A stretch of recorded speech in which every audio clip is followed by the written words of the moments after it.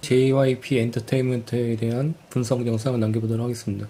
우선 설명드리기 전에 사전에 안내 말씀 설명드리겠습니다. 설명에 관련 주요 내용은 정략적 분석이며 분석에 대한 과정을 투자자분들께 공유드리면서 기업 정략적 분석에 대한 기본적인 가이던스 제공 및 시장에 대한 계기 제공을 드리는 게 목적입니다.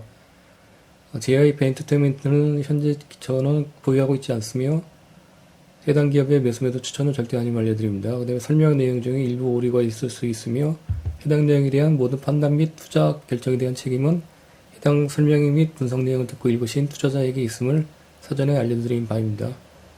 그렇다면 이제 JYP 엔터테인먼트에 관련해서 설명을 드리도록 하겠습니다.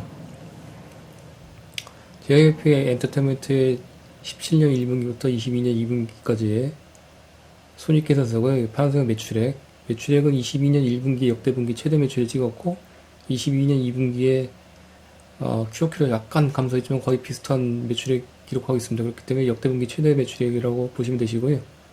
영업이익은 역대분기 최대 영업이익 기록했습니다. 22년 2분기에. 그리고 OPM은 35.8%로 꽤나 높은 OPM을 기록하는 기업으로 판단되고 있습니다. 다음으로 GPM 매출 총이익률과 판관비율을 체크해봤습니다. GPM은 보시면은 40%대에서 65%까지 상당히 높은 그로스 프로핏 마진 매출 총이익률을 기록하고 있고요. 판관비율은 보시면은 과거 장기간 트랙 레코드를 보시면은 잘 관리되어 온 적절하게 관리되어 온 판관비 내용을 보실 수 있으십니다. 그렇기 때문에 관건은 지금 판관비 쪽에서 내용을 체크해 보겠지만은 관건은 GPM에서 추가적으로 더 개선될 수 있는지 여부의 체크가 관건이겠죠. 그 다음에 가장 중요한 거는 매출액 성장 여부, 가능 여부, 그것들을 중점적으로 체크해 보도록 하겠습니다.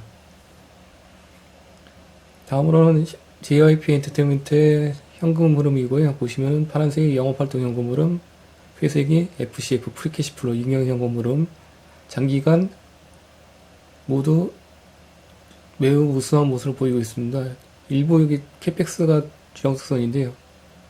유명 자산 설비 투자, 중간중간 튀는데 이거는 21년 2분기 DOU에 대한 지분 취득이 포함되어 있기 때문에 이렇게 높아졌고요. 이거는 J2 엔터테인먼트의 인수 관련해서 캐펙스 투자로 파악되고 있습니다. 어차피 그 플랫폼 기업이기 때문에 엔터 기업이기 때문에 캐펙스는 그 투입은 그렇게 높게 발생하지 않고 있습니다. 그래서 우수한 현금 흐름을 지속적으로 유지하고 있다 이렇게 보시면 되십니다. 다음으로는 매출채권 관련해서 체크해 봤습니다. 매출채권은 잔액 총액 현황이고요. 22년 2분기 역대분기 최대 매출채권 잔액을 기록하고 있고 회전율을 체크해 보니까는 회전율이 점점 지속적으로 계속 하락하고 있습니다. 그래서 과거 장기간 박스권을 이렇게 그리면은 하단부를 이탈한 모습을 보실 수 있잖아요. 박스권 한번 그려보도록 할 거예요. 이쪽에서는 좀 비교하기가 좀 힘들 것 같고 코로나 팬데믹 이후에 많이 떨어진 상태고 박스권을 그리면은 대략 이렇게 될 것 같습니다.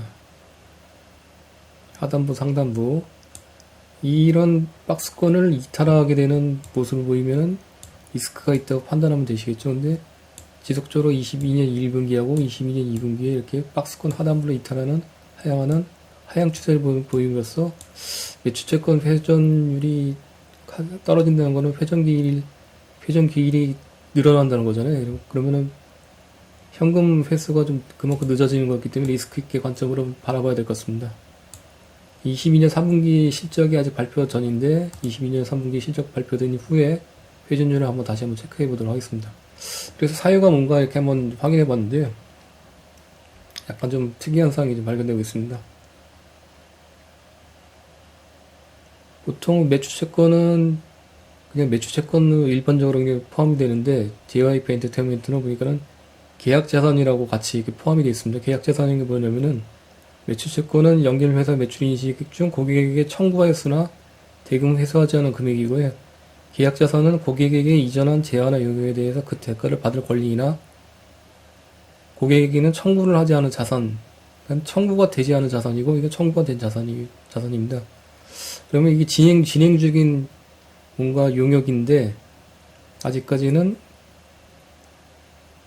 고객에게 청구가 되지 않았다. 그렇게 판단하시면 되시죠. 그래서 이 두 개의 기존의 매수채권 개념의 매수채권과 고객에게 청구된 스나 대금이 현금으로 회수되지 않은 매수채권은 플러스 계약자산 청구되지 않은 용역 재화 플러스 그래갖고 이렇게 총 금액이 매출채권으로 이렇게 기록되게 됩니다. 같이 여기 보시면 전기말도 마찬가지로 이렇게 되고, 그래서 JYP 엔터테인먼트의 매출채권 중에서는 계약자산이 비중이 많이 포함되어 있다 생각하시면 되시죠.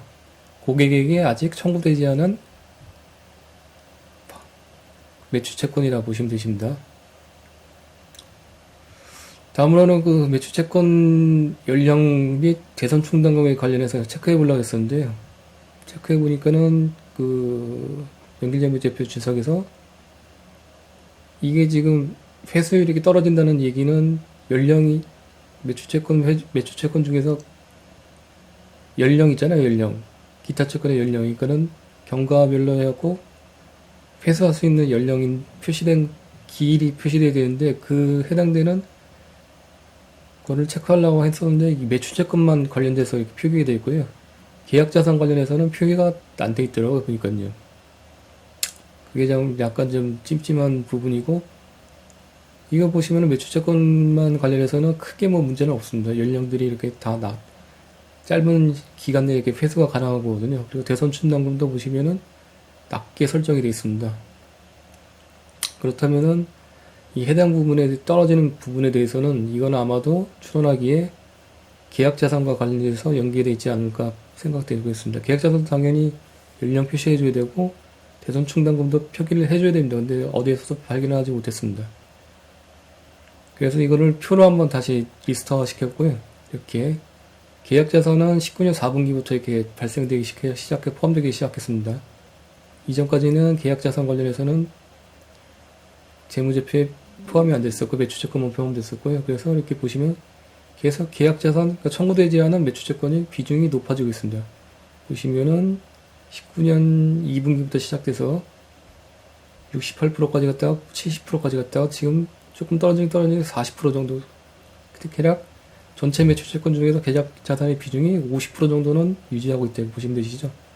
그래서 이렇게 계약자산이 발생되기 시작한 분기부터 매출채권 회전율이 급격하게 빠지고 있는 모습을 보실 수 있으십니다. 그렇기 때문에 이 매출채권 회전율의 하락 추세는 이 계약자산과 연계가 되어 있다고 판단하시면 되시겠죠. 이는 좀 약간의 리스크로 감안하셔서 추가적으로 한번 체크해 볼 필요성이 있을 사안으로 판단되고 있습니다. 다음으로는 JYP 엔터테인먼트의 각 제품별 매출액을 체크해 봤는데, 특징적인 거는 가장 높은 매출액이 차지하고 있는 건 음반으로 내수 주황색. 그 다음에 22년 2분기에는 특징적인 게 뭐냐면은 음반으로만 수출 매출이 가장 높게 발생하고 있는 점입니다. 그리고 이 회색선 보시면 회색선이 콘서트 해외 매출액이거든요. 코로나 팬데믹 맞고 이렇게 거의 급격하게 하락했다가 22년 2분기에 급격하게 상승하는 모습을 보이고 있습니다. 그래서 JYP 엔터테인먼트의 그 매출액 성장을 체크하기 위해서 핵심 포인트는 뭐냐면 음반 관련해서 수출 내수하고 콘서트 수출, 해외 콘서트 매출액 비중이 높아지는지 여부를 체크하는 게 필요할 것 같습니다. 일단 콘서트만 체크해 보면은 회색선이 콘서트 수출 해외 매출액이고요. 코로나 팬데믹 때는 못했으니까 이렇게 거의 폭망 수준이었다가 22년 1분기에 올라오고 22년 2분기에 역대 최대 매출액 임금까지 이렇게 복원되는 양호한 모습을 보이겠습니다. 다음으로는 출연료하고 광고 관련해서는 매우 불규칙하고 이렇게 매출 비중 중에서 높지 않기 때문에 투자 포인트로는 집중적으로 파악할 필요가 없는 부분의 매출액으로 판단하고 있습니다. 그 다음에 기타 초상권 매출액이 있는데 이게 또 꽤나 높습니다. 근데 여기 보시면은 매우 좀 불규칙한데 추세적으로는 21년 3분기 이후에는 이렇게 상향 추세를 보이고 있습니다. 근데 여기 체크해보니까는 유튜브 광고료나 아니면 MD, 머천다이즈 굿즈 그런 것들 이 포함되어 있는 매출액 부분이라고 생각하고 있습니다. 그 다음에 콘서트 수출과 내수와 기타 수출 내수를 같이 비교해 봤는데요. 이렇게 콘서트 수출이 급격하게 매출이 상승하고 있고, 기타 수출 내수도 매출액 부분에서 결코 무시하지 못할 비중을 차지하고 있는 모습을 파악하실 수 있으십니다. 주요 비용 중에서 매출원가 판관비 이렇게 따져봤는데, 여기서 혹시 그 개선될 수 있는 여지가 있는지 한번 체크해봤는데, 보시면은 가장 비중이 높은 게 파란색 지급수수료, 그 다음에 콘텐츠 제작비 밤색, 그 다음에 인건비입니다. 이렇게 보시면은 이게 고정비 성격과 변동비 성격이 거의 반반씩 섞여 있어갖고, 뭐 고정비역 기업인지 변동비역 기업인지 이렇게 구분이 확실히 안 되고요. 다만 주요 비용 중에서 GPM이 가장 상당히 높잖아요. 이렇게 GPM 파란색 선인데, 이 의미는 주요 비용 중에서 매출원가에 해당되는 지급수수료, 콘텐츠 제작비, 광고 선전비, 재고사 자산과 소모품비, 이거 솔직히 이거는 낮거든요. 상당히. 그렇게 이 세 가지 아이템들, 네 항목들에 대해서 비중이 GPM을 좌우한다 이렇게 보시면 되시죠. 매출원가 상관관계는 이 세 개의 항목들이 98.1%니까는 지급수수료, 콘텐츠 제작비, 광고 선전비 세 개의 항목 중에서 어떤 거 비용을 절감하면은 이익률은 그만큼 높아질 수 있다 이렇게 판단하실 수 있으십니다. 일례로 21년 1분기는 상계 비용이 많이 빠졌잖아요. 그러니까는 GPM이 높아지는 모습을 보실 수 있으십니다. 이때는 높았잖아요. 그러니까 GPM이 빠지는 모습. 그래서 관건은 이 지급수수료와 콘텐츠 제작비하고 광고 선전비를 어떻게 줄일 수 있느냐, 이익률을 증가시키기 위해서. 그건데 하나하나 따져보도록 하겠습니다. 지급수수료는 그 연예인 해당 소속된 뭐 아티스트들에 대한 뭐라고 해야죠? 아티스트들에 대한 배분금이기 때문에 이거는 줄이기가 힘들 거라 판단하고 있고요. 광고 선전비는 비중이 이렇게 높지 않기 때문에 줄일 수 있는 여력이 없는 것 같습니다. 나머지 하나는 콘텐츠 제작비인데, 이거는 다시 다음 장에서 설명드리도록 하겠습니다. 그 다음에 가장 중요한 매출, 주력 매출인 음반 수출하고 음반 내수의 합계를 콘텐츠 제작비하고 비교를 해봤습니다. 이 콘텐츠 제작비가 뭐냐면은 체크해보니까 이 코릴레이션의 상관관계가 이 매출액, 이 두 가지의 주력 매출액과 상관관계가 85.4%로 상당히 높게 나왔습니다. 이 의미는 뭐냐면은 콘텐츠 제작비는 음반 제작비, 음반을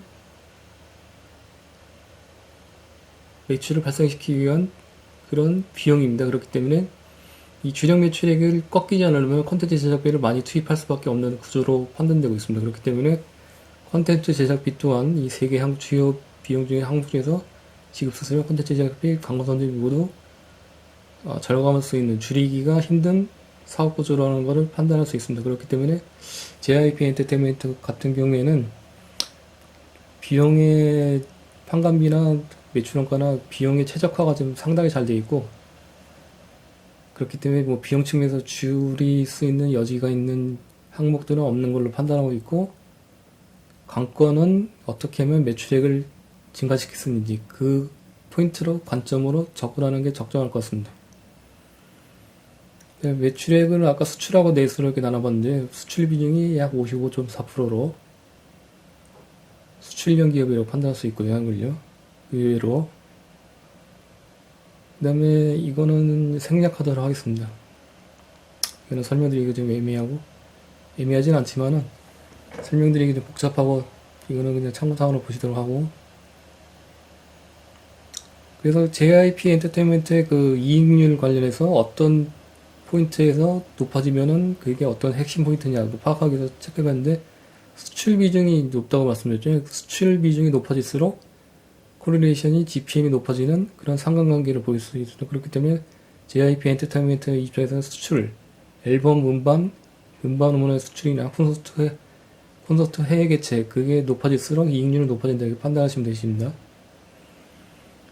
이렇게 매출액 대비 콘서트 수출 내수 비중하고 GPM하고 같이 코릴레이션을 따져봤는데, 지금 이렇게 보시면 전반적으로 17년 1분기부터 22년 2분기까지는 이렇게 코로나 팬데믹 시기에 이런 구간이 있기 때문에 상관관계는 매우 낮습니다. 근데 19년 코로나 팬데믹 시기 이전에 19년 4분기까지 이렇게 보시면은 코릴레이션이 상당히 높은 거를 보실 수 있잖아요. 그래서 이렇게 별도 따져보니까는 상관관계는 60.1%로 콘서트 비중이 매출액 중에서 높아지면은 이익률도 높아진다고 판단할 수 있습니다. 근데 이게 60.1% 아직 높지는 않잖아요. 근데 19년 4분기 꺾여진데 요 빼고 이렇게 이전 것만 비교하면은 한 75%까지 상관관계가 나옵니다. 그렇기 때문에 콘서트 비중이 높아질수록 이익률은 높아진다 판단하실 수 있습니다. 그렇기 때문에 아까 음반 콘서트 그다음에 기타 그다음에 광고료 출연료 이렇게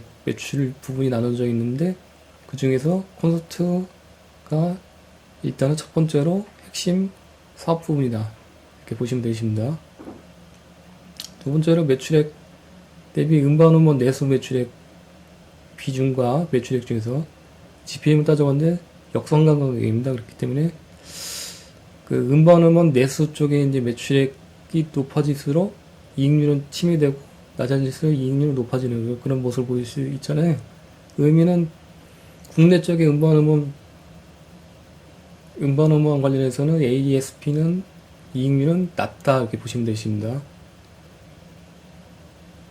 근데 반면에 해외 쪽에 음반 수출 비중이 이렇게 GPM 비교해보니까 코릴레이션이 상당히 높은 80% 나타나고 있습니다. 그렇기 때문에 음반 부분에서도 내수 쪽으로는 이익률이 낮고 해외 쪽으로의 수출되는 음반에서는 이익률이 상당히 높다. 그래서 핵심이다. 판단할 수 있습니다. 그 두 가지 포인트가 발견되죠. 콘서트 해외 개최하고 음반 수출 두 가지가 비중이 높아질수록 JYP 엔터테인먼트의 입장에서는 이익률이 높아질 수 있다. 그리고 이 두 가지를 핵심 포인트로 계속 체크를 모니터링 해나가야 됩니다. JYP 엔터테인먼트 투자를 하기 위해서는. 그렇다면은 음반 두 가지가 있는데 어떤 게 이익률이 높을까 한번 추론을 해봤었는데요. 그게 좀 자료 같은 게 아무것도 없습니다. JYP 엔터테인먼트의 그 사업보고서의 내용 중에. 그래서 일단은 그 주요 고객에 대한 정보를 체크해보니까 매출액 10% 이상을 차지하는 외부 고객이 하나가 있어요. 근데 그 금액이 체크해보니까 음반 내수 전반기에 21년 6월 때 전반기에 내수. 그러니까는 이 의미는 뭐냐면 음반 내수 쪽에 관련된 음반 유통사가 최대 고객이라고 판단 가능하잖아요. 그래서 뉴스플로어 체크해봤죠.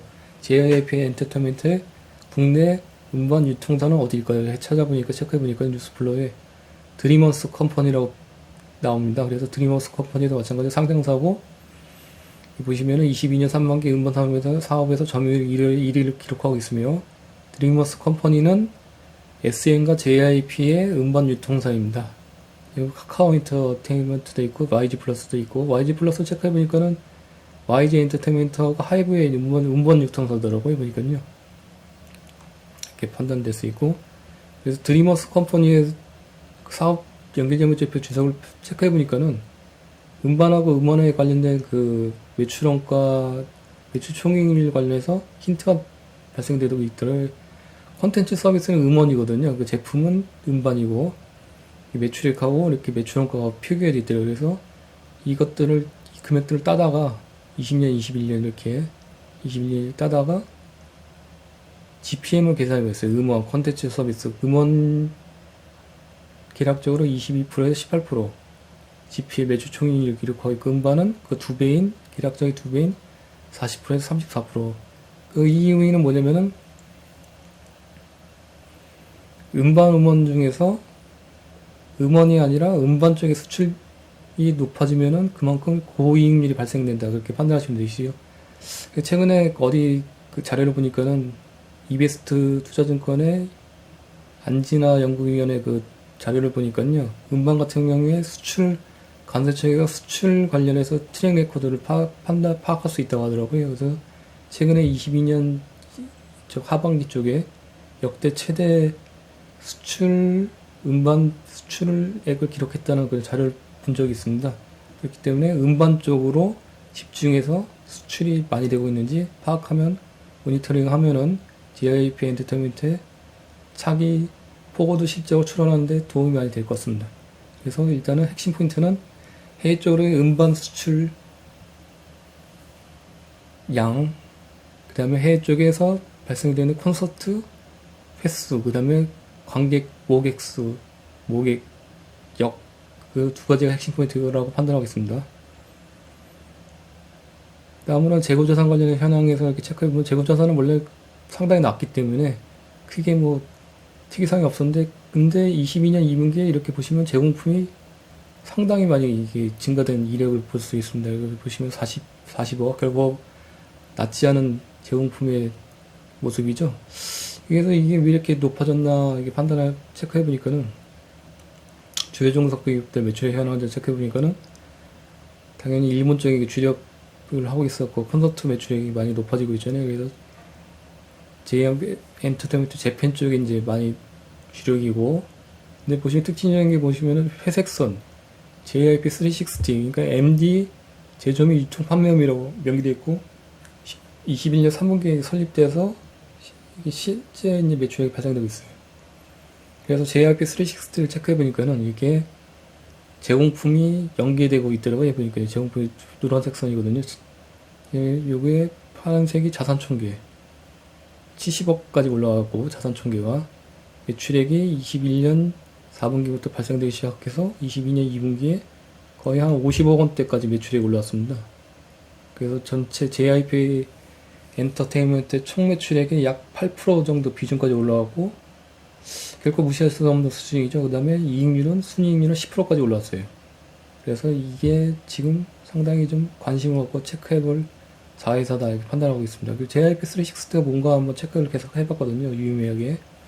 이 홈페이지인데 머천다이즈, 플랫폼, IP 라이센싱 뭐 이런 식으로 돼 있고, 플랫폼 비즈니스를 자사 콘텐츠 글로벌 유통 고도화 뭐 한다 블라블라 써있잖아요. 하는 걸요. 그래서 좀 더 자세하게 체크해서 가장 좋은 거는 채용 공고를 체크해 보는 겁니다. 채용 공고를 보니까는 JYP 360의 MD 상품기 MD 온오프라인 유통 판매 실무 경험자 커머스 운영 서비스 기획 국내 온라인 쇼핑몰 운영 MD 자사몰 웹 디자이너 커머스 마케팅. 이건 저는 딱 보고 느낀 게 뭐냐면은 퍼포먼스 마케팅 기업인 브랜드 S 코퍼레이션의 사업의 전략하고 거의 유사한 모습을 파악할 수 있습니다. 그렇기 때문에 JYP 엔터테인먼트도 이런 그 JYP 360이라는 자회사를 통해서 그런 퍼포먼스 마케팅 자사몰 위에 자사몰을 키우고 싶다는 의지를 파악을 했습니다. 이게 자사몰 JYP 숍이고요. 지금은 되게 썰렁하더라고 보니까요. 물품들이 별로 없고, 근데 지속적으로 이 JYP 숍에 대한 자사몰에 대한 모니터링 통해서 물품들이나 그런 것들이 많이 늘어나는지 한번 확인해 보실 필요가 있으실 것 같습니다.